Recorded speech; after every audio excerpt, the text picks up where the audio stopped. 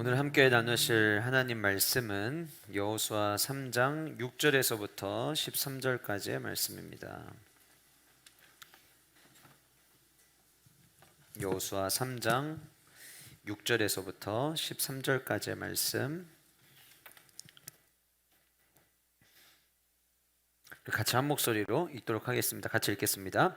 여호수아가 또 제사장들에게 말하여 이르되 언약궤를 메고 백성에 앞서 건너라 하매 곧 언약궤를 메고 백성에 앞서 나아가니라.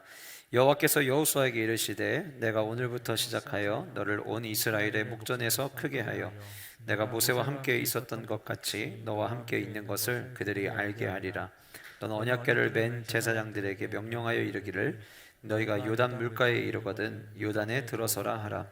여호수아가 이스라엘 자손에게 이르되 이리 와서 너희의 하나님 여호와의 말씀을 들으라 하고 또 말하되 살아계신 하나님이 너희 가운데 계시사 가나안 족속과 헷 족속과 히 족속과 브리스 족속과 기르가스 족속과 아모리 족속과 여부스 족속을 너희 앞에서 반드시 쫓아내실 줄을 이곳으로 너희가 알리라. 보라, 온 땅의 주의 언약궤가 너희 앞에서 요단을 건너가나니 이제 이스라엘 지파 중에서 각 지파에 한 사람씩 12명을 택하라. 온 땅의 주 여호와의 궤를 맨 제사장들의 발바닥에 요단 물을 밟고 멈추면 요단 물 곧 위에서부터 흘러내리던 물이 끊어지고 한 곳에 쌓여 서리라. 아멘. 사랑하는 우리 모든 세종왕의 성도님들, 오늘 또 함께 예배하며 나아갈 때 성삼위 하나님께서 감당할 수 없는 우리 가운데 부어주셔서 돌아오는 한 주간도 하나님의 말씀 붙잡고 승리하고 또 그 말씀 때문에 행복 가득한 풍성한 삶을 누리시는 은혜가 있으시기를 주님의 이름으로 축복합니다. 오늘은 대화 속에 답이 있습니다라고 하는 말씀의 제목을 가지고 말씀을 나눌 텐데, 지난주에 함께 나눴던 말씀 잠깐 우리 살펴보고 오늘 말씀 나누도록 하겠습니다. 지난주에 아침에 일찍이 일어나서 그동안 오랫동안 꿈꿨던 그 꿈을 향해 일어나는 이스라엘 백성들 여호수아의 모습을 우리가 함께 살펴보았습니다. 일어나서 우리는 아픈 과거로부터 떠나야 한다라고 하는 것을 이야기를 하면서 시딤의 장소에 대한 이야기를 함께 나눴습니다. 시딤이라는 장소는 하나님께 주신 축복의 땅, 평안함을 누리던 땅이었는데 그 땅에서 하나님을 예배하는 것이 아니라 우상을 예배했던 이스라엘 백성들, 그리고 그로 말미암아 하나님께서 전염병을 내리시고 2만 4천 명이 그 전염병으로 인해서 죽었던 사건을 함께 나눴죠. 우리의 삶 가운데 주신 하나님의 은혜, 하나님의 축복, 나는 그 안에서 지금 온전히 하나님을 예배하고 있는지 우리들의 삶의 모습을 점검하는 말씀이었습니다. 두 번째는 일어나 길을 아시는 하나님을 따라야 한다고 말씀드렸습니다. 언약궤를 따라가라고 이야기했는데 그 언약궤를 왜 따라가야 되느냐?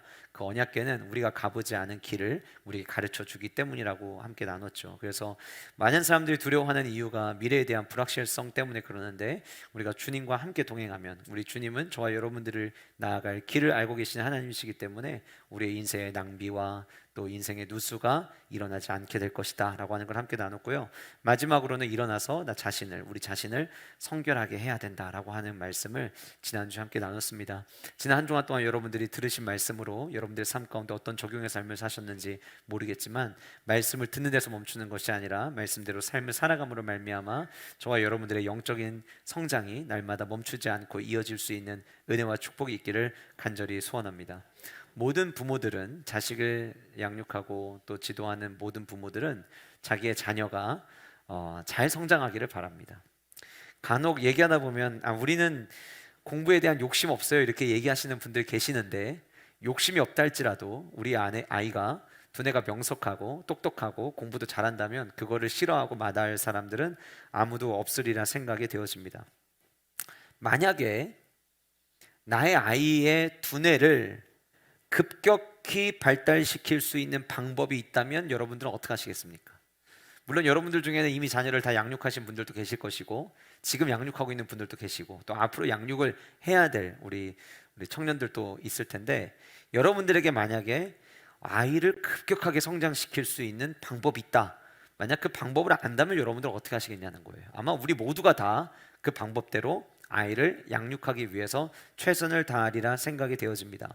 그런데 그냥 단순히 두뇌가 명석해지는 것이 아니라 의사소통 능력, 삶을 살아가면서 우리는 많은 사람과 대화 나누고 교제하잖아요. 근데 그 가운데서 잘 의사를 소통하고 상대방 말귀를 잘 알아듣고 거기에 맞게 대답을 해주는 의사소통 능력, 그 다음에 우리의 삶에 많은 문제들이 있는데 그 문제를 잘 해결해 나가는 문제 해결 능력, 서로 살아가면서 서로 다른 사람들과 마주하는데 그 다름의 차이를 잘 인정하고 수용할 줄 아는 차이를 받아들이는 능력, 비인지적 능력, 또 스스로 자기 안에 긍정적인 생각을 많이 하는 자기 긍정감이 발달한 아이로 성장시킬 수 있는 방법이 있다고 한다면 우리는 모두 그 방법을 선택하리라 생각이 되어집니다. 한국의 TV 프로그램 가운데 조금은 다르게 반응하는 아이들을 이렇게 같이 관찰하고 그 아이들에게 해결책을 제시해주는 프로그램이 있습니다. 금쪽 같은 내 새끼라는 프로그램인데, 이 프로그램을 이끌고 가는 분은 정신건강학과 의사 선생님이신 오은영 박사님이십니다. 지금은 이제 병원에서 나오셔서 기관을 운영하고 계시지만, 이 한국에 이 오은영 박사님이 계시다면 일본에는 아마노 히카리라고 하는 분이 계십니다. 이 아마노 히카리는 일본에서 굉장히 전설적인 분이신데, 문제 있는, 우리가 여기서 문제 있다고 하는 건 어떤 거냐면 진짜 답 없다라고 하는, 우리 한국으로 보면은 금쪽 같은 내 새끼에 나오는 이제 그런 케이스들이에요. 진짜 답이 없다라고 하는 아이들을 2만 명을 변화시킨 분으로 일본에서는 이 아동 교육에 있어서 많은 사람들에게 존경을 받는 분입니다. NHK 교육 프로그램인 무럭무럭 육아라고 하는 방송을 진행하는 가족 소통 전문가로서 이 아마노 히카리는 부모와 자녀의 커뮤니케이션 연구실 대표를 맡고 있는 분이십니다. 이분이 쓴 책이 한국에 번역되어서, 한국에도 제가 알기로는 2권의 책이 번역되어 나온 것으로 알고 있는데, 이 책의 저자인 이 아마노 히카리가 제가 아까 말씀드렸던 의사소통 능력, 문제 해결 능력, 차이를 받아들이는 능력, 비인지적 능력, 자기 긍정감이 발달한 아이로 키우는 방법을 제시한 분이기도 하십니다. 이분이 쓴 책 가운데 아이의 두뇌는 부부의 대화 속에 자란다라는 책이 있습니다. 이분은 책에서 뭐라고 이야기를 하냐면, 우리가 흔히 우리 아이가 좀 다른 것 같아요, 우리 아이에게 문제가 있는 것 같아요 라고 이야기하는 경우에 99%는 그 문제가 부모의 대화에서부터 시작되었다라고 이야기를 합니다. 그래서 그 책의 내용을 보시면 어떻게 대화를 고쳐야 되는지에 대한 매우 자세하고, 그리고 우리의 삶 가운데 직접적으로 적용해 볼 수 있는 좋은 포인트들이 많이 등장을 하고 있습니다. 어린 아이들은 의외로 부모가 대화하는 그 대화에 굉장히 귀를 많이 기울인다고 합니다. 그리고 그 부모의 대화 속에서 나에 대해서 뭐라고 이야기하는지에 대해서 많이 귀를 기울인다고 해요. 관심이 굉장히 많대요. 그래서 오히려 이 저자는 아이가 이 얘기를 안 듣겠지라고 가정하고, 듣고 있는데 안 듣겠지라고 가정하고, 이 아이가 지금 어떻게 성장하고 있고 어떻게 잘하고 있는지를 부부가 같이 대화를 많이 하라고 이야기를 하더라고요. 그럼 그 이야기를 듣는 아이는 빠르게 변화를 한대요. 이런 어떤 굉장히 구체적인 대안들에 대해서 이야기를 하는데, 책 제목처럼 아이의 두뇌는 부부의 대화 속에 자란다, 이 얘기는 결국 아이를 성장시키는 그 답이 어디에 있냐면 부부의 대화 속에 있다라고 이야기를 하는 거예요. 그럼 이게 아이의 문제에만 그럴까 생각을 해봤습니다. 우리는 인생을 살아가면서 수많은 사람들과 대화를 나누고 그 대화를 나누는 가운데서 우리는 답을 찾을 때가 참 많이 있습니다. 제가 지난주 목요일에 설교 준비 한참 하고 있을 때 한 청년과 문자를 주고받게 되었습니다. 문득 생각이 나서 제가 문자를 잘 있냐고 보냈더니 있어요 라고 답장이 왔어요. 잘 있니? 라고 했더니 있어요 라고 답장이 와서, 그럼 잘이라는 단어를 뺀 거잖아요. 그래서 잘 있지는 않은 거야? 그랬더니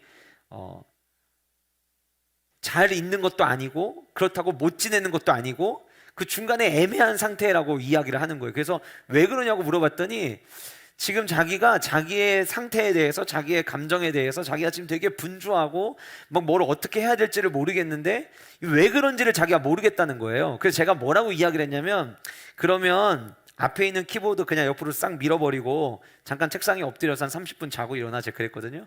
왜 그랬냐면 제가 그 직전에 그랬어요. 너무 생각할 게 많고 막 해야 될 일은 많은데 정리가 안 되는 거예요. 그래서 안 되겠다. 그래서 키보드를 밀어놓고 한 30분을 잠깐 엎드려서 눈 붙이고 일어났더니 너무 개운한 거예요. 그래서 제가 그 친구한테 그 얘기를 해준 거예요.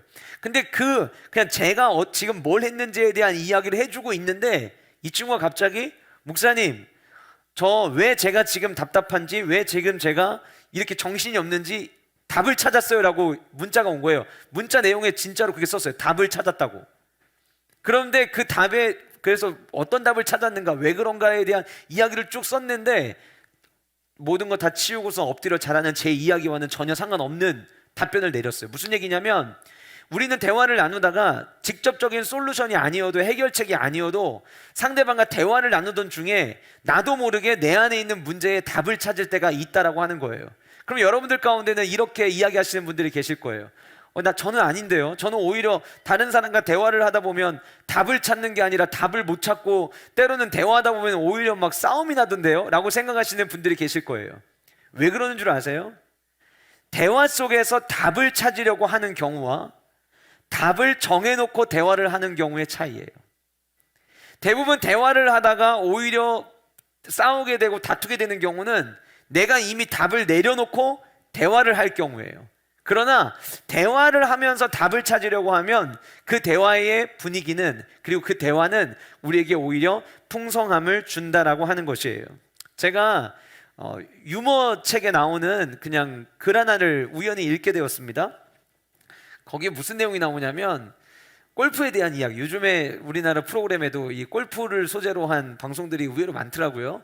그러다 보니까 이제 아마 우리나라에 골프 치는 분들이 이제 조금씩 더 대중화로 가는 길목에 있는 것 같아요. 그래서 이제 이런 우스갯소리의 이야기가 나오는 것 같은데, 무슨 이야기였냐면 두 사람이 만나서 골프장에 가기로 약속을 한 거예요. 주일날 아침에.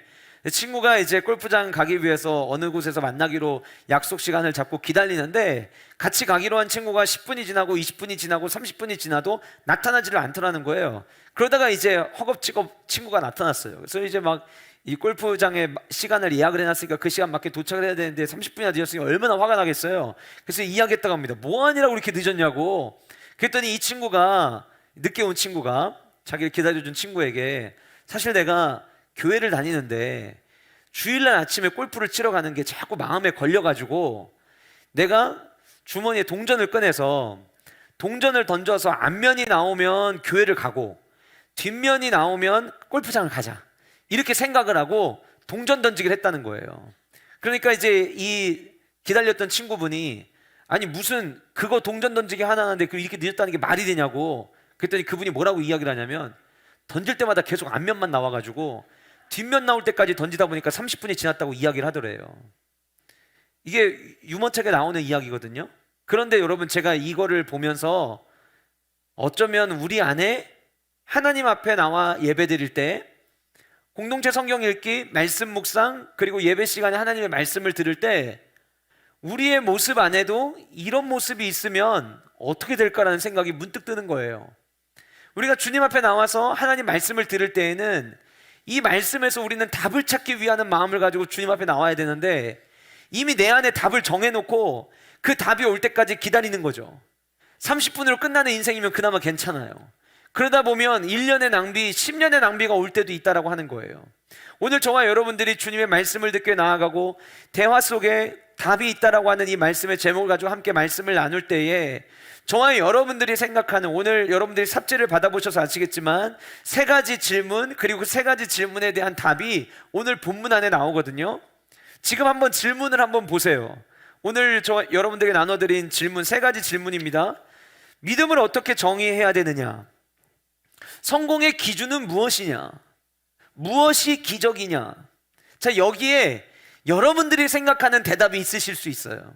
내가 생각하는 믿음에 대한 정의, 내가 생각하는 성공의 기준, 내가 생각하는 기적, 여러분들마다 생각이 다 가지고 계실 거예요. 그러나 오늘 말씀을 시작할 때에는 여러분들이 생각했던 그 답을 잠시 지우시고 이 말씀을 통해서 하나님이 우리에게 들려주시는 그 답을 함께 찾아가는 은혜가 저와 여러분들 가운데 있기를 간절히 소원합니다. 오늘 저와 여러분들이 읽은 이 본문 안에는 여호수아와 제사장의 대화, 여호와 하나님과 여호수아와의 대화, 그리고 여호수아와 이스라엘 자손들의 대화가 등장을 합니다. 이 대화 속에서 오늘 이 함께 나누게 될 세 가지의 질문들을 함께 찾아보게 될 텐데, 첫 번째 질문, 믿음을 어떻게 정의해야 되느냐라고 하는 이 질문은 여호수아와 제사장과의 대화 속에서 우리는 그 답을 찾을 수 있습니다. 제가 이번 주 설교를 준비하면서 우리 지금 계속 요단강의 이 배경을 중심으로 함께 계속해서 말씀을 나누고 있다 보니까 요단강이 머릿속에 떠올랐고, 문득 요단강과 관련된 찬양이 뭐가 있지라고 생각을 딱 했는데 제일 먼저 떠오른 찬양이 며칠 후 요단강 건너가 만나리, 이 찬양이 생각이 났어요. 이 찬양 606장은 우리가 잘 아는 대로 장례식 때 부르는 찬양입니다.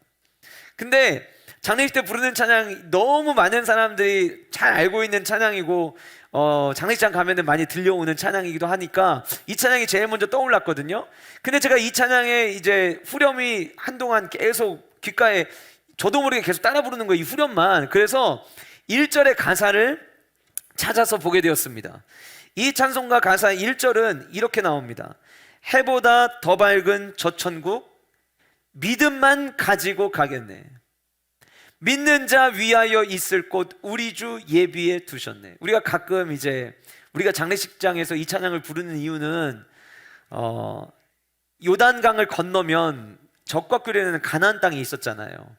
근데 우리가 이 땅의 삶을 마치고 죽음 이후에 성도들은 하나님의 나라 천국을 들어가게 되는데, 그 천국은 적과 끓이는 가나안 땅과 같다라고 묘사를 하고, 그래서 천국은 어떤 곳이냐, 요단강을 건너 갈 수 있는 곳이다라고 이야기를 해요. 그래서 가끔 사람들이 이야기하면서 너 죽고 싶냐 이 얘기할 때 너 요단강 건너고 싶니 이렇게 이야기하는 경우들도 있잖아요. 그래서 쓰는 표현이에요. 그런데 그 요단강도 여러분 아무나 건너는 게 아니더라라고 하는 거예요. 이 찬송가 가사 1절에는 요단강, 그 해보다 더 밝은 천국을 가기 위해서 요단강을 건너려면 무엇이 필요하냐? 믿음만 가지고 가겠네 라고 이야기하고 있어요. 뭐만 가지고 간다고요? 믿음만 가지고 간다는 거예요. 다시 얘기하면 믿음이 없이는 못 간다라고 하는 거예요. 그리고 그 축복의 땅은 누구를 위하여 예비해 두신 곳이냐? 믿는 자 위하여 있을 곳이라고 찬송가의 가사는 이야기를 합니다. 궁금증이 생겼어요. 찬송가에 나오는 수많은 가사 가운데 요단강이 나오는 찬송가가 또 다른 곳에 있지 않을까? 그래서 찬송가를 또 찾아봤습니다. 찬송가 489장에도 요단강이라는 가사가 나오는데 1절에 이렇게 나옵니다. 저 요단강 건너편에 찬란하게 배는 집 예루살렘 새 집에서 주의 얼굴 배우리. 그래서 이것도 장례식장에서 종종 부르는 찬양이에요. 2절 가사가 이렇습니다. 주가 내게 부탁하신 모든 일을 마친 후 예비하신 그 집에서 주의 얼굴을 배우리. 주가 내게 부탁하신 모든 일을 마친 후. 찬송가 240장에도 요단강이 나오는데 1절 가사가 이렇습니다. 주가 맡긴 모든 역사 힘을 다해 마치고 맑고 밝은 그 아침을 맞을 때 요단강을 건너가서 주의 손을 붙잡고 기쁨으로 주의 얼굴 배우리. 앞에 가사가 이래요. 주가 맡긴 모든 역사 힘을 다해 마치고. 자, 그러면 찬송가에 나와 있는 가사들 가운데 요단강이 등장하고 있는 가사의 내용을 정리하면 이렇게 정리할 수 있습니다. 요단강은 누가 건너갈 수 있느냐? 첫 번째, 믿음이 필요하다는 거예요. 두 번째는 순종이 필요하다는 거예요. 저는 오늘부터 우리 대전 세종학교의 성도님들이라면 믿음이 무엇입니까? 라고 묻는 질문에 이렇게 답변하기를 원하는데, 믿음이 무엇입니까? 의 답은 믿음은 순종하는 믿음입니다 라고 이야기하는 교회가 되기를 소원합니다. 믿음이 뭐라고요? 믿음은 순종하는 믿음이에요. 자, 우리는 신앙생활, 믿음 생활 한다고 합니다. 믿음 생활은 무엇이냐? 순종하는 믿음이 있는 생활이에요. 다시 말씀드리면 난 믿음이 있어요 라고 이야기를 하는데 순종하지 않는다는 것은 믿음이 없다는 이야기인 거예요. 성경이 이야기하죠. 행실이 없는 믿음은 죽은 믿음이다. 믿음에 대한 이야기를 할 때 항상 행실을 이야기해요. 왜 그럴까? 왜 그럴까? 내가 말씀대로 무엇인가를 순종한다는 것은 이 말씀에 적혀진 대로 내가 살아갈 때에 하나님이 은혜를 주실 것이라는 것을 믿기 때문에 가능한 일이에요. 그러니까 누군가가 순종을 한다는 거는 그 순종할 때 다른 사람에 의해서 좌지우지하기 쉬운 사람이어서 말을 잘 듣는 게 아니라, 귀가 얇아서 순종을 잘하는 게 아니라, 우리 세종왕의 성도님들 가운데도 누가 순종을 잘하며 신앙생활하는가를 보면 믿음이 많으신 분들, 견고한 믿음을 가지고 있는 분들은 말씀대로 순종하는 일에 뒤처지지 않아요. 그런데 입술로는 내 안에 믿음이 있다라고 이야기를 하고 내 안에 하나님을 믿는다라고 이야기를 하지만 때로는 보여야 될 자리에 보이지 않는 경우들이 있어요. 죄송하지만 그 믿음은 검증되지 않는 믿음입니다. 우리가 함께 오늘 본문의 말씀을 살펴보실 텐데, 오늘 말씀 6절 말씀에 여호수아가 제사장들에게 이야기를 합니다. 뭐라고 이야기하는지 볼까요? 언약궤를 메고 백성 앞에 건너라. 여러분, 자, 지금 이제 이스라엘 백성들이 언약궤를 메고 백성 앞에 건너라는 이 이야기를 지금 들었는데, 전쟁을 할 때요, 전쟁하는 이제 군대 대열을 갖출 거 아니에요? 자, 전쟁을 할 때 어느 자리가 제일 위험할까요? 제일 앞에가 제일 위험합니다. 상대방의 공격을 제일 먼저 받을 수 있는 확률이 그만큼 높기 때문에 그런 거예요. 자, 그런데 만약에 제일 앞에가 위험한데 내 바로 뒤에 수많은 군사들이 뒤에 진을 치고 있으면 그나마 서 있는 위치는 제일 앞열이라 할지라도 함께하고 있는 사람들 때문에 두려움을 조금 줄일 수는 있을 거예요. 그런데 만약에 제일 앞에 가는데 뒤에 있는 나머지 대열과 약 1km를 떨어져서 앞에 가야 된다면 어떨까요? 당시 여리고성의 상황을 우리는 이미 정탐꾼을 보냈을 때 기생 나합의 집에서 일어난 일을 통해서 우리가 알 수 있습니다. 그때 당시 시딤에 200만 명의 사람들이 모여서 진을 치고 있었고, 그 모습을 멀리 있는 여리고성에서 바라보면서 이미 수많은 군사들이 경계 근무를 확실하게 쓰고 있었고, 여리고성의 모든 문을 다 점검하고 닫을 만큼 긴장감이 있는 상태였습니다.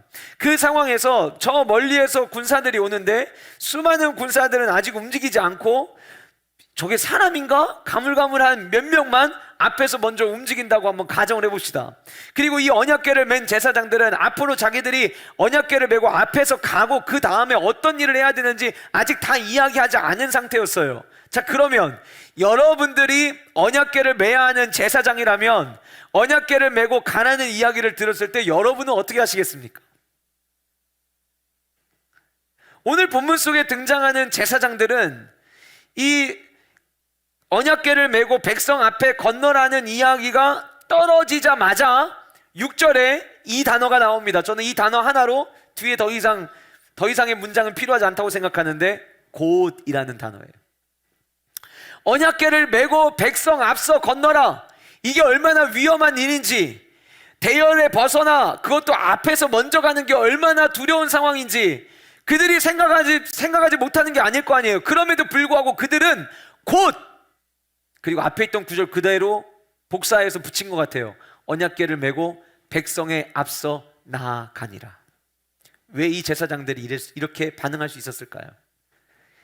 제사장들은 하나님께서 우리와 함께 하시는 것을 백성들보다 더 많이 경험할 수 있는 환경 가운데 놓여져 있던 사람들이었습니다. 그리고 여호수아가 이렇게 이야기할 때에 지난 날 동안에 하나님께서 지난 40년 역사 가운데 이스라엘 백성들에게 어떻게 감당하셨는지 그래도 나머지 백성들보다는 더 많이 들었을 거예요. 믿음은 들음에서 난다고, 그 들었던 것들이 어쩌면 이들의 믿음을 더 키웠겠죠. 그리고 그들은 그 믿음으로 하나님이 우리를 보호하시는 하나님이심을 믿음으로 이 이야기가 떨어지자마자 곧바로 행동하기 시작했습니다. 쉬운 일이 결코 아니에요. 그런데 그들은 그 이야기대로, 그 말씀대로 순종하고 반응하기 시작을 한 거예요. 7절 말씀은 좀 이따 살펴볼 거고 8절 말씀으로 건너가 보면 제사장들에게 명령하여 이야기하는 대화가 또 한 번 나옵니다. 너는 언약궤를 맨 제사장들에게 명령하여 이르기를, 너희가 요단 물가에 이르거든 요단에 들어서라. 자, 언약궤를 메고 곧 출발을 하죠. 그런데 그들에게 이야기합니다. 그렇게 출발해서 요단 물가에 도착을 하면 들어서라. 우리는 대부분 요단강이 멈추고 나서 건너기를 원합니다. 우리는 대부분 내 삶의 문제가 어느 정도 정리되고 난 다음에 순종하기를 원합니다. 우리는 우리의 삶 가운데 나를 위협하는 넘실거리는 그 강물이 어느 정도 지나가고 난 다음에 시간이 한참 지나서 안전이 확보될 때에, 여유로움이 확보될 때에, 건강이 확보될 때에, 시간이 확보되고 물질이 확보될 때에 우리는 요단강을 건너가고 싶어 합니다. 그런데 주님의 말씀은 달랐어요. 여호수아를 통해서 제사장들에게 들려온 이야기는 너희들이 그렇게 언약궤 메고 가다가 요단강에 도착하면 더 이상 생각할 거 없다. 요단에 들어가라. 발을 내디뎌라.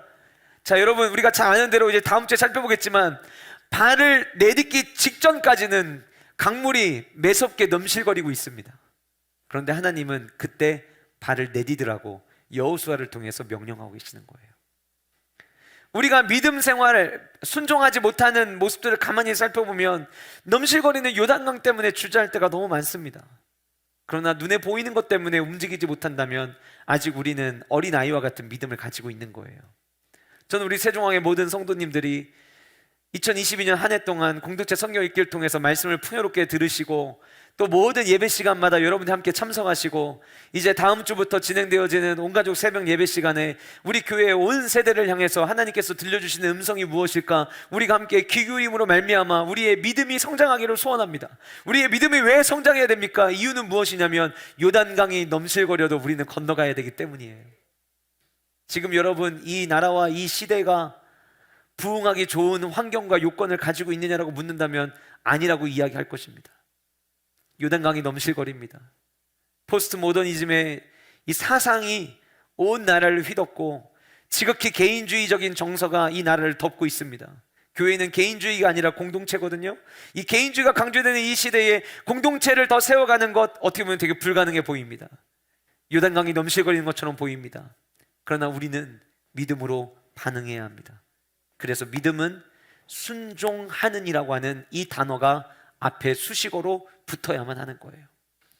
입술로 믿음 생활하는 게 아니라 행동으로, 순종함으로 신앙생활하며 나아가는 은혜가 저와 여러분들 가운데 있기를 주님의 이름으로 축복합니다. 발을 내디딜 때에 하나님의 역사는 시작됩니다. 믿음으로 담대하게 발을 내딛는 행동이 우리의 삶 가운데 있을 때 넘실거리던 요단강이 멈추는 역사를 기적하게 될 거예요. 하나님, 제 삶에도 놀라운 일이 일어나게 해주세요 라고 기도하기 이전에 내가 하나님 말씀에 순종해야 될, 내가 첫 발을 내딛어야 될 나의 모습은 무엇인가를 점검하는 우리 세종왕의 모든 성도님들 되시기를 주님의 이름으로 축복합니다. 작년에 제가 사가에서 오 목사님과 멘토링 수업 받을 때 오 목사님이 목회자의 역할에 대해서 이야기하시면서 이런 이야기를 하셨던 적이 있었어요. 성도들이 얕은 물가에서 놀지 않게 해라. 목회자의 역할은 얕은 물가에 놀던 성도들을 깊은 바다로 인도하는 것이 목회자의 역할이다. 저는 그 이야기가 참 제게 인상적으로 들렸어요. 교회에서 신앙생활 하다 보면 아직 믿음이 성장하지 않아서 얕은 물가에서 놀고 그걸로 그냥 끝내려고 하는 분들이 있어요. 그러나 하나님의 그 은혜가 넘실거리는, 은혜의 파도가 넘실거리는 깊은 바다로 나아가서 저와 여러분들이 위로부터 공급하신 하나님의 풍성한 은혜를 함께 누리는 축복이 있기를 주님의 이름으로 축복합니다. 찬송가 302장에 1절에 이런 가사가 나옵니다. 내 주 하나님, 넓고 큰 은혜는 저 큰 바다보다 깊다. 가사가 띄워줘야 되는데, 내 주 하나님, 넓고 큰 은혜는 저 큰 바다보다 깊다. 하나님의 은혜가 바다보다 깊대요. 그럼 우리 질문해 봐야 돼요. 나는 바다보다 깊은 하나님의 은혜를 지금 경험하고 있는가? 그런데 3절에는 이렇게 나옵니다. 문제가 뭐냐? 하나님께서 우리를 위해서 예배해 놓으신 바다는, 그 은혜는 너무 깊은데 많은 사람들은 얕은 물가에서 큰 바다를 향해 가려다가 찰싹거리는 작은 파도 보고 마음 약해서 못 간다는 거예요. 여러분은 어디에 속하는 자라고 생각하세요? 하나님의 깊은 은혜를 경험하기 위해서 넘실거리는 파도를 뚫고 그 은혜를 향해 나아가는 성도이냐, 아니면 찬송가의 가사에 적은 사람이라고 이야기하지 않고 많은 사람이라고 이야기하고 있거든요. 많은 사람은 얕은 물가에서 머문대요. 왜요? 큰 바다로 가려다가 그 넘실거리는 파도 때문에 믿음이 연약해져서 가지를 못한다는 거예요. 여러분, 우리가 아브라함 그러면 믿음의 조상 이야기합니다. 왜 우리가 아브라함을 믿음의 조상이라고 이야기합니까? 아들을 바치라는 이야기를 들었던 그 아브라함이 그 다음날 아침에 일찍 일어나서 반응하기 시작하기 때문이에요. 그가 아들을 바치라는 이야기만 듣고 예 알겠습니다 해서만 끝났다면 그는 믿음의 조상이 될 수 없었을 거예요. 그러나 그 말을 듣자마자 그 다음날 아침에 일찍이 기다렸다는 듯이 순종합니다. 그래서 우리는 아브라함을 믿음의 조상이라고 이야기하는 거예요.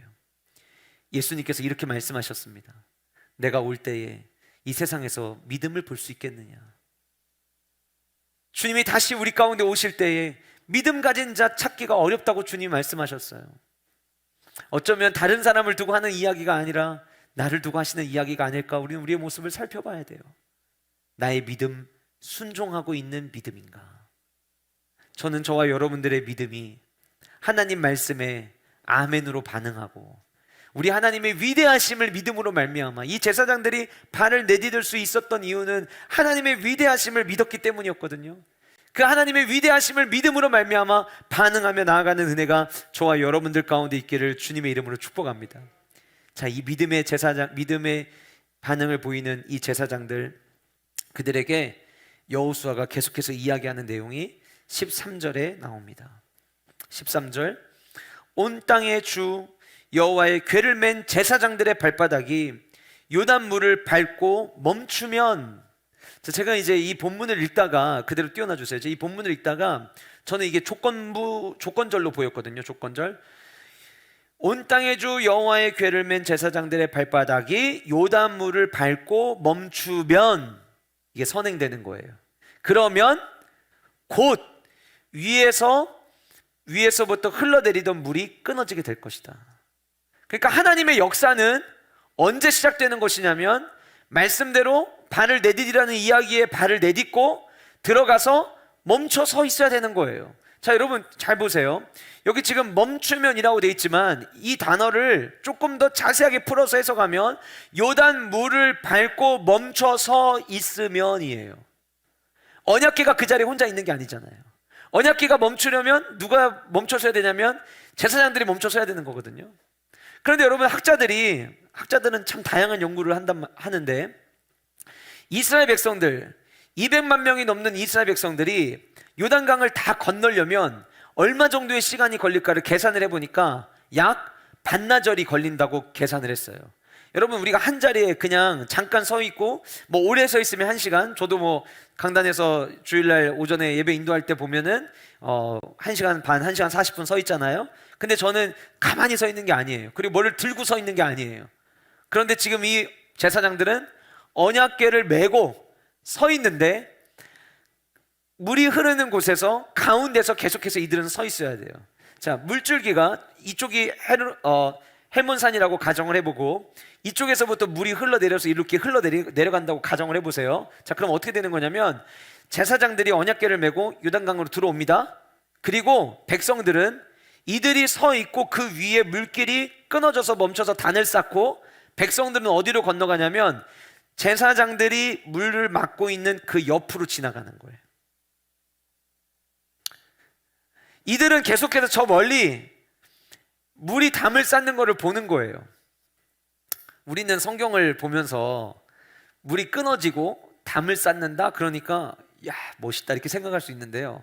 여러분, 만약에 내 눈앞에 물이 담을 쌓기 시작하는데 이게 처음에는 발목, 무릎, 그 다음 허리, 내 키보다 더 높은 물들이 쌓아지는 거를 눈앞에서 목격한다고 해보세요. 이것도 두려운 일입니다. 거기 계속 반나절 동안 움직이지 않고 서 있으려면 그 또한 믿음이 있어야만 서 있을 수 있는 곳이에요. 주님이 말씀하셨어요. 여호수아를 통해서 제사장들에게 너희들이 흔들리지 않고 서 있으면, 얘기해요. 흔들리지 않고 서 있으면 물이 끊어지고 한 곳에 쌓여 서리라. 저는 저와 여러분들이 믿음으로 서 있어야 될 자리에 흔들림 없이 굳건하게 서 있는 주의 자녀들 되기를 주님의 이름으로 축복합니다. 축복합니다. 정말로 저는 우리 모든 성도님들이 그렇게 그런 성도의 삶을 살아가기를 저는 너무나도 소원해요. 믿음의 반응이에요. 눈앞에 보여지는 것이 두려워도, 요단강이 넘실거려도 발을 내디딜 수 있는 믿음, 그리고 그 가운데 서서 버틸 수 있는 그 믿음, 이 믿음이 저와 여러분들 안에 있기를 주님의 이름으로 축복합니다. 근데 이 13절 안에는요, 굉장히 중요한 숨겨진 또 하나의 의미가 있습니다. 여호와의 궤를 맨 제사장들의 발바닥이 요단물을 밟고 멈추면 이라고 이야기를 하잖아요. 자, 우리 말씀 한 군데 찾아보실 텐데 신명기 11장 24절을 찾아보겠습니다. 일부 예배 때는 두 군데 말씀을 찾아봤는데 시간 관계상 한 군데 말씀으로 찾아보도록 하겠습니다. 신명기 11장 24절 같이 우리 한 목소리로 읽도록 하겠습니다. 신명기 11장 24절 같이 읽겠습니다. 시작.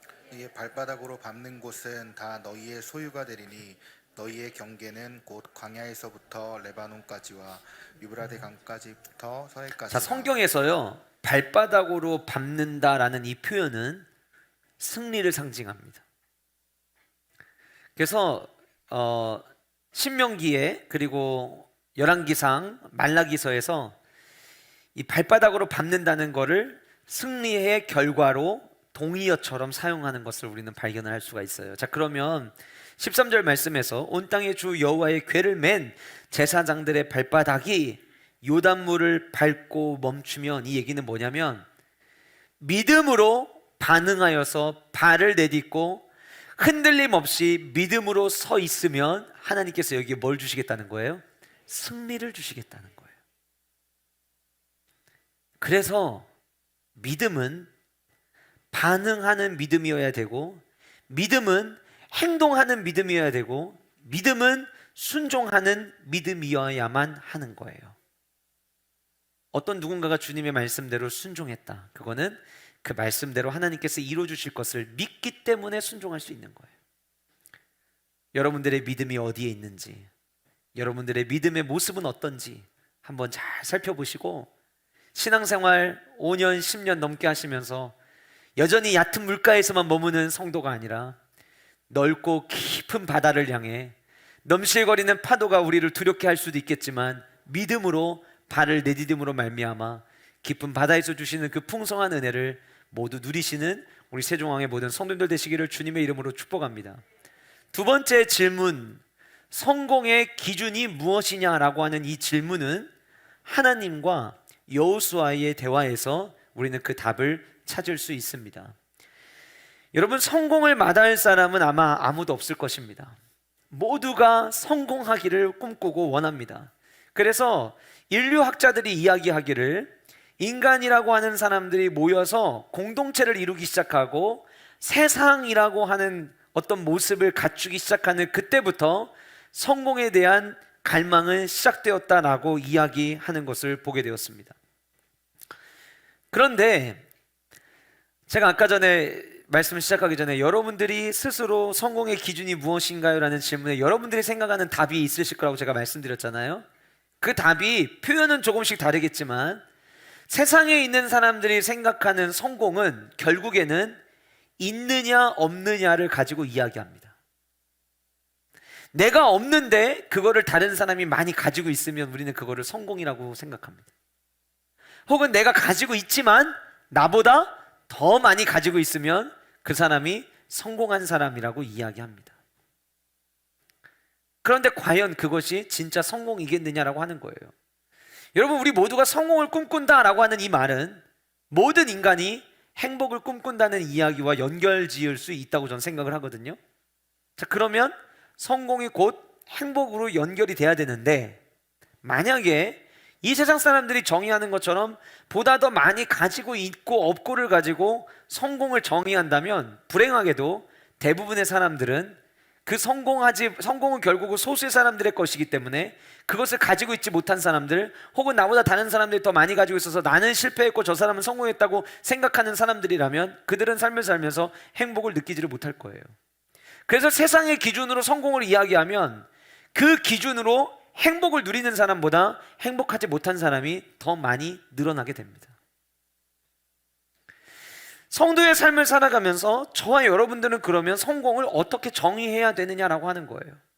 여러분, 오늘 본문에 이르는 여호수아의 모습은 세상적으로 이야기할 때 아직 성공한 모습이 아닙니다.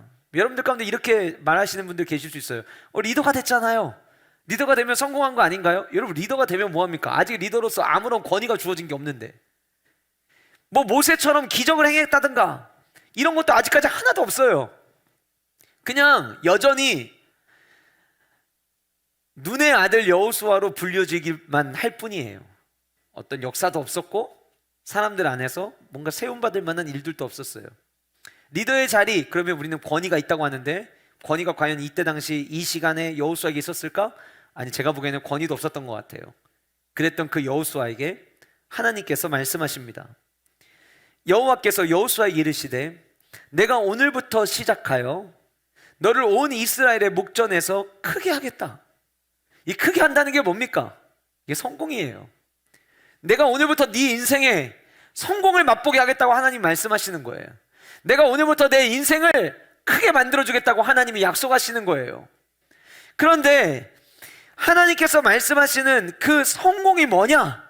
그 크게 하시는 게 무엇이냐? 그 뒤에는 여러분, 우리 뒤에 계속 읽으면 크게 하여 내가 모세와 함께 있었던 것 같이 너와 함께 있는 것을 그들이 알게 하리라. 우리 개역개정에는 이렇게 그냥 끝나잖아요. 근데 원어를 살피면 그들이 알게 하리라 이 사이에 단어 하나를 더 넣어야 돼요. 어떤 단어가 들어가야 되냐면 확실히라는 단어가 들어가야 돼요. 실제로 히브리어로 확실히라는 의미가 담겨있는 단어가 들어간 건 아니에요. 이제 이걸 설명하면 좀 문법적으로 굉장히 복잡해지는데, 어미, 눈이라는 단어가 여기에 지금 들어가 있거든요. 그런 게 있어요. 그게 여기 들어가면 어떤 의미가 되냐면 확실하다라는 의미가 되는 거예요. 그러니까 지금 하나님께서 여호수아에게 뭐라고 말씀하셨냐면, 내가 오늘부터 너에게 너의 인생의 성공이 뭔지 보여줄게. 내가 오늘부터 너 크게 해줄게. 너 오늘부터 시작해서 너 잘 될 거야. 그런데 어떤 방법으로? 내가 모세와 함께 있었던 것 같이 너와 함께 있는 것을 많은 사람들이 확실하게 알게 해줄게. 자, 그러면 성공이 뭐예요? 하나님이 나와 함께 하시다는 것을 많은 사람들이 긴가민가가 아니라 확실하게 알게 되는 것, 그게 성공인 거예요. 그게 성공인 거예요. 리더로 임명을 받았지만 아직 리더로서 아무것도 못 보여줬어요. 여호수아는 그저 하나님이 하라는 거 시키는 명령대로 전달하고 있는, 이야기만 전달하고 있는 것밖에 지금 아직 한 게 없어요. 물론 모세와 함께 있었던 것 같이라고 하는 이 문장 속에서, 그렇다면 모세가 이스라엘 백성들과 함께 홍해를 건넌 것처럼 이제 이 여호수아와 함께 요단강을 건너게 하시려고 말씀하셨나, 이렇게 연결할 수도 있죠. 그리고 우리가 잘 아는 대로 출애굽기 14장 31절의 말씀을 보시면 이스라엘 백성을 이끌었던 모세 역시 언제부터 리더로서의 권위가 세워지기 시작하는지 성경의 말씀을 보면 홍해를 건너고 나서부터거든요. 출애굽기 14장 31절에 보면 뭐라고 이야기하고 있냐면, 홍해 사건을 통해 모세와 하나님을 이스라엘 백성들이 믿었다라고 이야기를 해요. 여러분, 리더가 있다면 그 리더에게 가장 큰 권위는 얼마나 많이 신뢰받느냐거든요. 근데 그 홍해를 건너면서 이스라엘 백성들이 비로소 하나님과 모세를 믿었대요. 자, 그러면 요단강을 건너면 자연스럽게 지금도 하나님이 여호수아를 통해서도 우리와 함께 하시겠구나라는 걸 이제 믿게 되겠죠. 그 과정을 지금 이야기를 하는 거예요. 그러나 제일 중요한 포인트는 누가 뭐라고 이야기한다 할지라도 무엇이 성공이냐, 무엇이 잘 되는 거냐, 무엇이 커지는 거냐라고 이야기할 때 그것은 하나님이 함께 하시는 것이라고 우리는 대답해야 된다는 거예요. 결국 하나님이 여호수아를 만약에 크게 하신다면, 만약 하나님이 여호수아에게 성공을 주신다면, 그 성공을 주시는 요점은, 포인트는 여호수아라는 한 사람을 높이기 위함이 아니라 내가 함께하고 있다는 걸 알리기 위함인 거예요. 이해되세요, 여러분? 자, 지금 막 적으시기나 정신 없으신데 잠깐만 이 얘기만 들어보세요. 여기서의 요점은 무엇이냐면 여호수아를 높이는 게 아니라는 거예요. 자, 우리의 성공의 목적은 내가 잘 되는 거예요. 우리 성공하고 싶어 라고 이야기할 때는 내가 잘 되고 싶고 우리 가정이 잘 되고 싶고 우리 가정이 뭔가 부유하고 싶고 우리 가정이 뭔가 큰 소리 치고 싶고 어깨 쫙 펴고 살고 싶고 우리 항상 중심이 거기에요. 그런데 하나님이 지금 이 말씀하시는 7절의 말씀을 보니 왜 하나님이 여호수아를 크게 하시겠다고 하느냐? 여호수아 어깨 펴고 살으라고 아니에요. 여호수아를 통해 하나님이 함께하고 계시다는 것을 알리기 위해서라는 거예요. 마치 이런 거죠. 지금 우리가 살아가는 시대 속에서는 복음 전하는 게 참 어려워요. 근데 만약에 저와 여러분들의 삶이 저 사람은 진짜 하나님이 함께 하시다라고 하는 거를 난 저 사람 보면 알 것 같아 라고 고백하게 하기 위해서 하나님은 우리에게 복을 주고 싶어 하시는 거예요. 여러분, 모든 교회 담임 사역을 하시는 분들은 동일한 마음이라고 생각합니다. 기도할 때 교회 성도님들을 위해서 기도하게 되면 늘 성도님들이 잘 되고 복받고 사업하시는 분들은 번성하시고 그리고 자녀들 다 잘 되기를 꿈꾸게 돼요. 저도 여러분들을 생각할 때마다 늘 그런 마음을 가지고 기도를 합니다. 그러나 그 목적이 여러분들이 성공하고 여러분들이 잘 되시고 여러분들이 하나님의 복을 많이 누리셔서 나 이제 내 힘으로 잘 살 수 있어 그렇게 되기를 원하기 때문에가 아니에요. 여러분들의 성공을 통해 하나님이 여러분들과 함께 하시다는 것을 여러분의 가족들이, 여러분들의 직장의 동료가, 여러분들이 사업하면서 만나는 거래처의 모든 사람들이 알게 되기를 원하기 때문인 거예요. 저는 우리 세종왕의 모든 성도님들이 하나님과 함께 하심으로 말미암아 진짜 성공을 맛보는 은혜와 축복이 있으시기를 주님의 이름으로 간절히 소원합니다. 그런데 설교를 준비하면서 하나님께서 저에게 물어보시는 것 같았어요. 그렇다면 너는 성공한 인생이니? 라고 물어보시는 것 같았어요. 성공이 무엇입니까? 그 답은 하나님이 함께 하시는 것입니다 라고 대지를 만드는 저에게 던지시는 질문이었어요. 그러면 너는 성공한 사람이니? 그래서 제가 하나님 앞에 하나님의 기준으로 이야기하자면 저는 완벽하지 않을 수 있어요. 그러나 제가 있는 상황 속에서 저는 하나님과 함께 동행하기 위해서 최선을 다해 살아가기 위해 애쓰고 있습니다 라고 하는 이 마음을 고백을 드리는데 하나님께서 저에게 이런 마음을 또 주시는 것 같은 거예요. 너가 나와 정말 함께 동행하고 있으므로 성공을 이야기할 수 있는 그리고 하고 싶은 하나님의 백성이라면 너의 삶의 모습이 나와 함께 동행하는 사람과 같아야 된단다. 이 하나님의 마음을 제가 느끼고 지난주에 함께 살펴봤던 세 번째 말씀이 다시 떠올랐어요. 왜 우리가 성결한 삶을 살아야 하는가? 이유는 우리가 하나님과 함께 동행하는 삶의 모습이 나타나야 하기 때문이라는 거예요. 어제 이제 설교 준비를 마치고 집에 가서 저는 이렇게 씻기 전에 잠깐 뉴스를 꼭 보거든요. 나라가 어떻게 돌아가는지 좀 보고 싶어서. 근데 뉴스를 보려고 TV를 딱 틀었는데 이제 그 전에 멈춰있던 채널이 KBS ETV였던 것 같아요. 그래서 틀자마자 이천수가 어제 나오더라고요, 밤에. 이천수가 아내랑 나왔는데 둘이 좀 다퉜던 것 같아요. 그리고 나서 아내가 이제 이런 얘기를 해요. 결혼하고 난 이후에 변화된 게 하나도 없어. 이 얘기를 이천수한테 하더라고요. 그리고 이제 채널을 돌려서 뉴스가 있는 채널로 돌리는 중에 제 머릿속에 문득 이런 생각이 드는 거예요. 이것이 성도의 삶이 되면 안 되는데 라는 생각. 우리는 하나님과 함께 동행하는 자로서 우리는 날마다 변화되어야 합니다. 우린 그걸 가리켜서 신학적 용어로 성화라고 이야기를 합니다. 저는 우리 모두가 성공하는 인생 되기를 원합니다. 그리고 그 성공하는 인생답게 또한 살아가기를 원합니다. 여러분, 교회에서만 성도로 살아가지 마십시오. 여러분들의 일상이 하나님과 함께 동행하는 사람처럼 살아가는 은혜가 여러분들의 삶 가운데 있으시기를 주님의 이름으로 축복합니다. 그래서 성공의 기준은 하나님이 함께 하시는 것이라고 우리는 이제 앞으로 정의해야 합니다. 마지막 세 번째로 여호수아와 이스라엘 자손과의 대화 속에서 우리는 질문을 하게 됩니다. 무엇이 기적인가? 라고 하는 거예요. 오늘 본문 속에 등장하는 기적, 그럼 여러분 뭐가 떠오르세요? 이스라엘 백성들이 요단강을 건넌 거 이렇게 생각합니다. 그러나 하나님의 관점에서는 이스라엘 백성들이 요단강 건너는 것 제가 보기에 그렇게 중요하지 않았던 것 같아요. 지금 우리가 일상에서 모두가 다 기적을 꿈꾸죠. 모두가 성공을 꿈꾸는 것처럼 모두가 기적을 꿈꿉니다. 한 종편 방송에서 시한부 인생을 극복한 사람들의 스토리를 가지고 이렇게 다큐처럼 교양 프로그램으로 진행하는 프로그램이 있는데 그 프로그램의 제목이 뭐냐면 기적의 인생이에요. 남들이 봤을 때 고치기 힘들 건데 라고 생각했는데 그거를 극복하고 이겨내니까 사람들이 기적이라고 이야기하는 거예요. 맞아요. 모두가 어렵다고 생각하는 질병이 있었는데 완치되고 치유되면 우린 그걸 기적이라고 이야기를 합니다. 지난주에 한 성도님이 이제 수요예배 끝나고 대화를 잠깐 나누게 되었는데 자녀가 이제 대학교에 합격을 한 거예요. 그런데 와서 이야기를 하시는데 얘기를 들어보니까 시험도 많이 못 봤고 될 수 있는 성적도 아니라고 생각이 되어졌고 후보 명단에 올라왔는데 후보가 너무 뒤에 있고 한 주가 지나고 두 주가 지나서 도를 만큼 다 빠져나갔을 거라고 생각이 돼서 안 되나 생각하고 있었는데 학교에서 전화가 왔다는 거예요. 학교 합격했다고. 근데 이 이야기를 막 기쁜 마음으로 저한테 이야기하시면서 그 집사님께서 저에게 그렇게 얘기하시더라고요. 목사님, 우리 아이가 합격한 거 진짜 이건 기적이에요 라고 이야기하더라고요.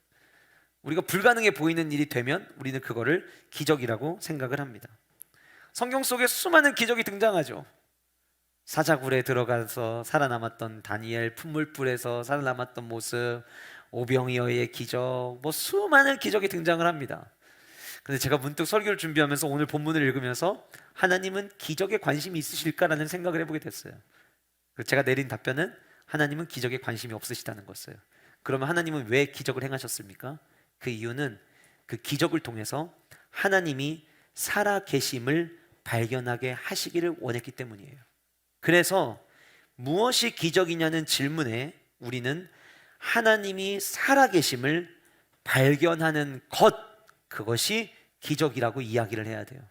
불가능해 보이는 일이 이루어지는 게 기적이 아니라 살아계신 하나님을 발견하는 것, 그것이 기적이라는 거예요. 우리 모든 기적의 현장은 역사하시는 하나님이 계십니다. 역사하시는 하나님이 계시다는 것은 살아계시다는 걸 의미합니다. 그래서 찬양할 때 이렇게 고백하죠. 살아계신 하나님, 역사하는 하나님. 살아계신 하나님은 반드시 역사하시는 거예요. 그래서 진짜 기적은 하나님이 살아계시다는 것을 발견하는 것입니다. 여러분 9절부터 여호수아를 통해 이스라엘 자손들에게 전하는 메시지가 나옵니다. 근데 여러분 여기서 우리가 중요하게 생각해야 될 게 있어요. 5절에서 제가 질문 하나 드려볼게요. 지난주 살펴봤던 마지막 구절인 5절에서 여호수아가 백성에게 이야기를 했죠. 그리고 오늘 본문 9절에서 이스라엘 자손에게 이야기를 합니다. 자, 5절에 나오는 백성과 9절에 나오는 이스라엘 자손은 같은 사람들이에요? 다른 사람들이에요? 같은 사람들이에요? 다른 사람들이에요? 다시 말씀드릴게요. 정신을 차리셔야 됩니다. 지난주 5절에서 여호수아가 이스라엘 백성들에게 얘기했다고 성경은 이야기하고 있거든요. 근데 오늘 9절은 이스라엘 자손이라고 이야기를 하고 있어요. 같은 사람들일까요? 다른 사람들일까요? 같은 사람들입니다. 그런데 다르게 표현을 했어요. 그럼 이유가 있겠죠? 저는 성경을 읽다가 이렇게 앞에서 백성이라고 했으면 뒤에도 백성이라고 해야지 왜 앞에서는 백성이라고 하고 뒤에서는 이스라엘 자손이라고 이야기하지? 찾아보게 됐어요. 그냥 백성이라는 단어를 쓸 때에는 그냥 사람들의 무리를 의미합니다. 그런데 뒤에 9절에서 이야기하는 이스라엘, 히브리어로 이스라엘 똑같아요. 자손, 히브리어로 벤이라는 단어를 씁니다. 이 벤이라고 하는 단어를 쓸 때에는 반드시 무엇인가를 이어가고 계승해 나가고 지켜야 될 것을 지켜야 되는 자들을 이야기할 때 벤이라는 단어를 씁니다.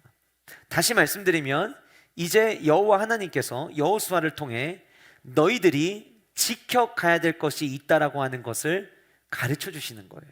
그래서 이스라엘 자손에게 이리 와서 하나님 말씀을 들으려면 여러분들 오늘 이렇게 교회 오신 것처럼 다 모이는 거죠. 이리 와서 너희의 하나님 여호와의 말씀을 들으라. 그리고 이야기한 게 뭐냐면 살아계신 하나님이, 우리 10절에는 또 말하되라고 해서 이제 상황 설명하는 게 나오지만 엄밀히 이야기하면 이리 와서 여호와의 말씀을 들으라 끝나자마자 그 다음 뒤따라온 말이 뭐냐면 살아계신 하나님이, 이게 뒤따라 나온 거예요.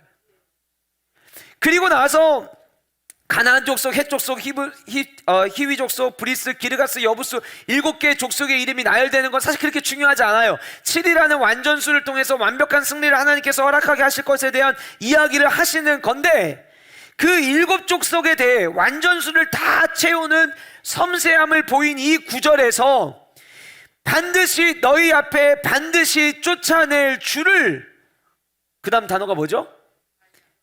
아니요, 쫓아내실 줄을, 그 다음 뭐예요?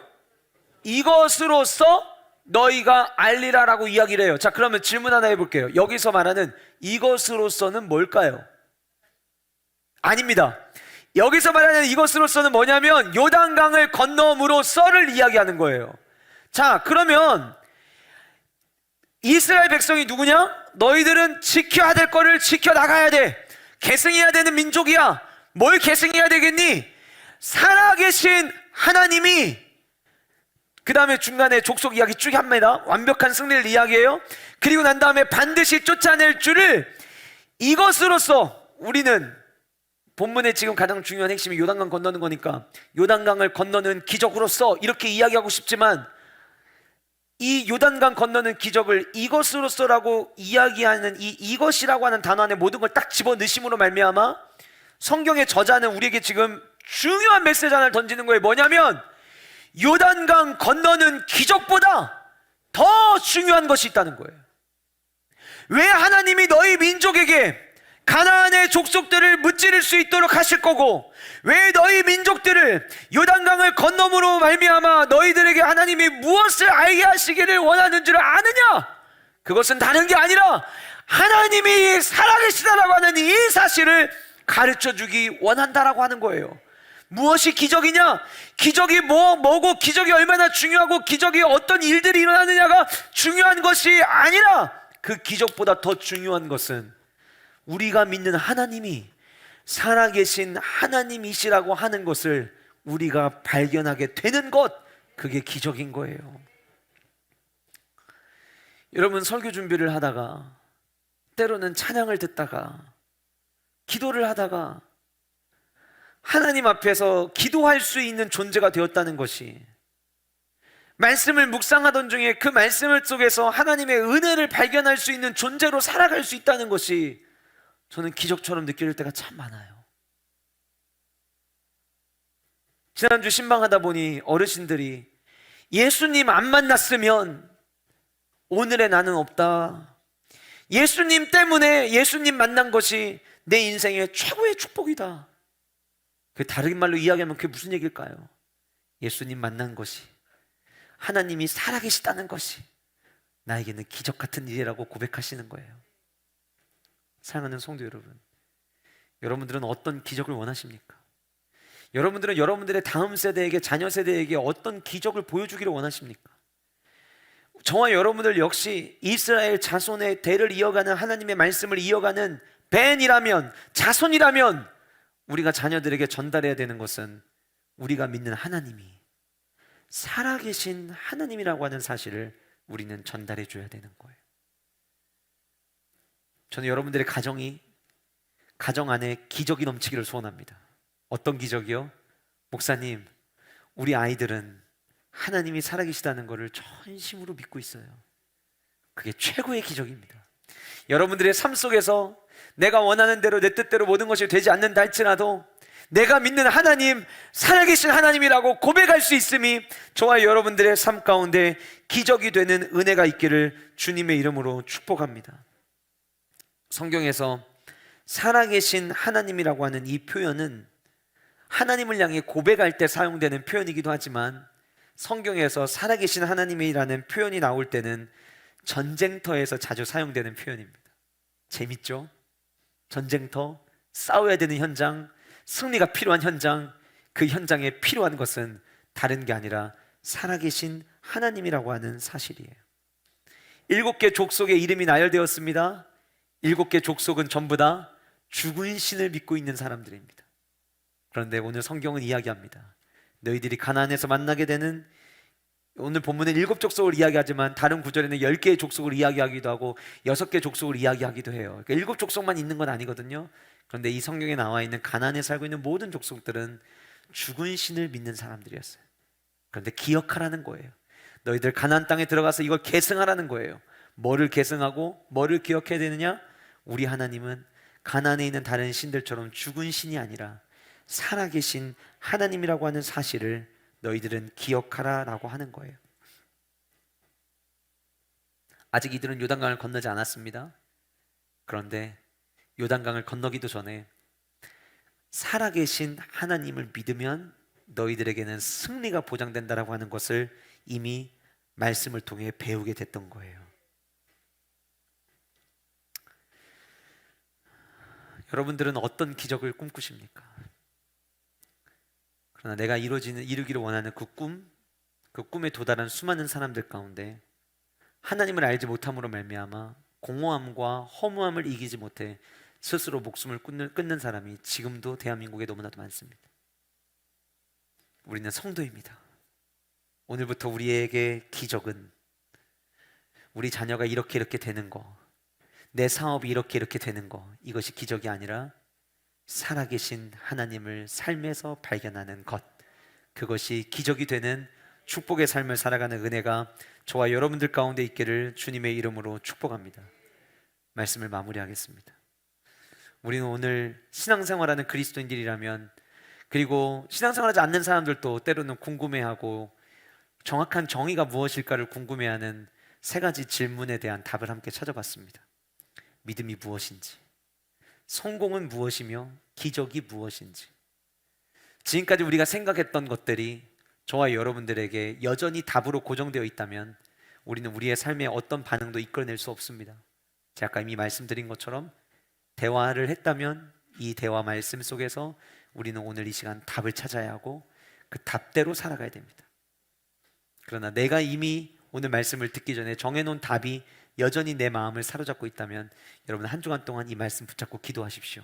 하나님, 나의 삶이 성경이 이야기하는 믿음의 정의대로, 성경이 말하는 성공의 정의대로, 성경이 말하는 기적의 정의대로 살아가게 하여 달라고 기도하며 나가는 은혜가 저와 여러분들 모두의 삶 가운데 있기를 주님의 이름으로 축복합니다. 기도하시겠습니다. 이 시간 줄 함께 기도하실 때에 하나님, 내 안에 있는 믿음, 얕은 곳에 머물고 있으면서 깊은 은혜의 바다로 나아가지 못하고 채석거리는 파도만 보고 두려워하고 있는 자의 모습은 아닌지 주님, 나의 모습을 살펴봅니다. 하나님, 이제부터 나의 믿음이 행동하는 믿음, 순종하는 믿음, 반응하는 믿음이 되게 하여 주시옵소서. 하나님, 저도 성공하는 인생 되기를 원합니다. 다른 것이 성공이 아니라 하나님이 함께 하시는 것이 진정한 성공이고 그것이 진짜 하나님 앞에서 크게 되는 인생임을 알게 하여 주시고 날마다 하나님과 함께 동행하는 삶을 살게 하여 주옵소서. 내가 믿는 하나님, 지금도 역사하시는 살아계신 하나님이심임을 날마다 삶 가운데 발견하는 은혜를 주여 내 안에 허락하여 주시옵소서. 같이 우리 한 목소리 함께 기도하며 나갔습니다. 기도하시겠습니다.